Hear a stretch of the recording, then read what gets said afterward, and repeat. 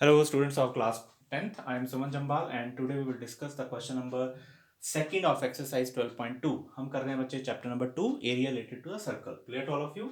Question number second हमारे पास है बेटे कि the radii of two circles are 8 centimeter and 6 centimeter respectively.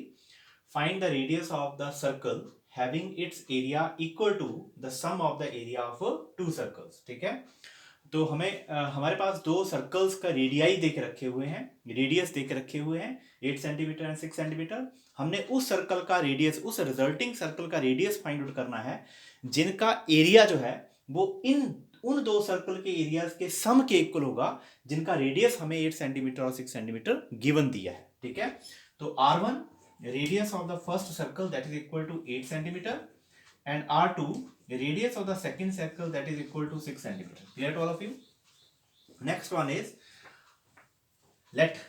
मान लेते हैं A1 area of the first circle, area of first circle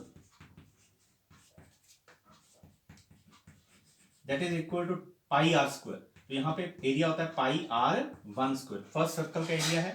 and A2 area of second circle that is equal to pi r2. Clear to all of you? pi r2 का square आ जाएगा। Clear, ये second circle का area. अब जिस circle का हमने radius निकालना है उसका एरिया हम a मान लेते हैं, लेट a, और उसका रेडियस हम r मान लेते हैं, let a area of circle of radius r। Clear to all of you? तो हमारे पास जो क्वेश्चन के अकॉर्डिंग देके रखा हुआ है, मैं इसको मिटा रहा हूं बेटा ऊपर से स्टेटमेंट को। अकॉर्डिंग टू क्वेश्चन हमें यहां पे देके रखा हुआ है कि इस सर्कल का एरिया जिसका रेडियस r है, हमने r की वैल्यू फाइंड आउट करनी है। इस सर्कल का एरिया जो है वो इन फर्स्ट और सेकंड सर्कल के एरियाज के सम के इक्वल है, तो A1 प्लस A2। ठीक है, तो यहां पे आ जाएगा पाई, इसका आएगा पाई आर स्क्वायर, क्योंकि इसका एरिया आ जाएगा पाई आर स्क्वायर। क्लियर, और यहां पे आ जाएगा pi R1 square plus pi R2 square. Clear to all of you? Next step में देखिए R1 की वैल्यू हम पुट कर देंगे और R2 की वैल्यू भी पुट कर देंगे।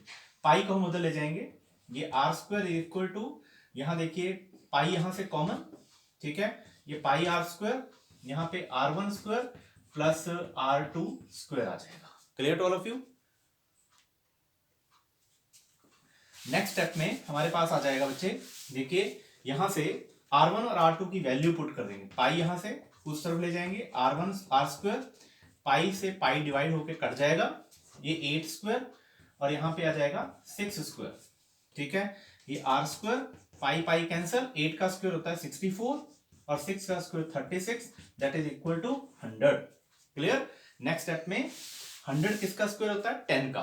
तो यहां पे हम लिख सकते हैं दैट इज इक्वल टू 10 का स्क्वायर। ठीक है, तो it means r square is equal to 10 square. By taking square root r is equal to 10 आ जाएगा। Clear to all of you? By taking square root r is equal to 10 by taking square root.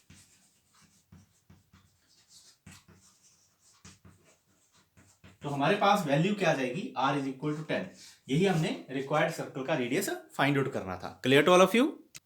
तो बच्चे required radius is equal to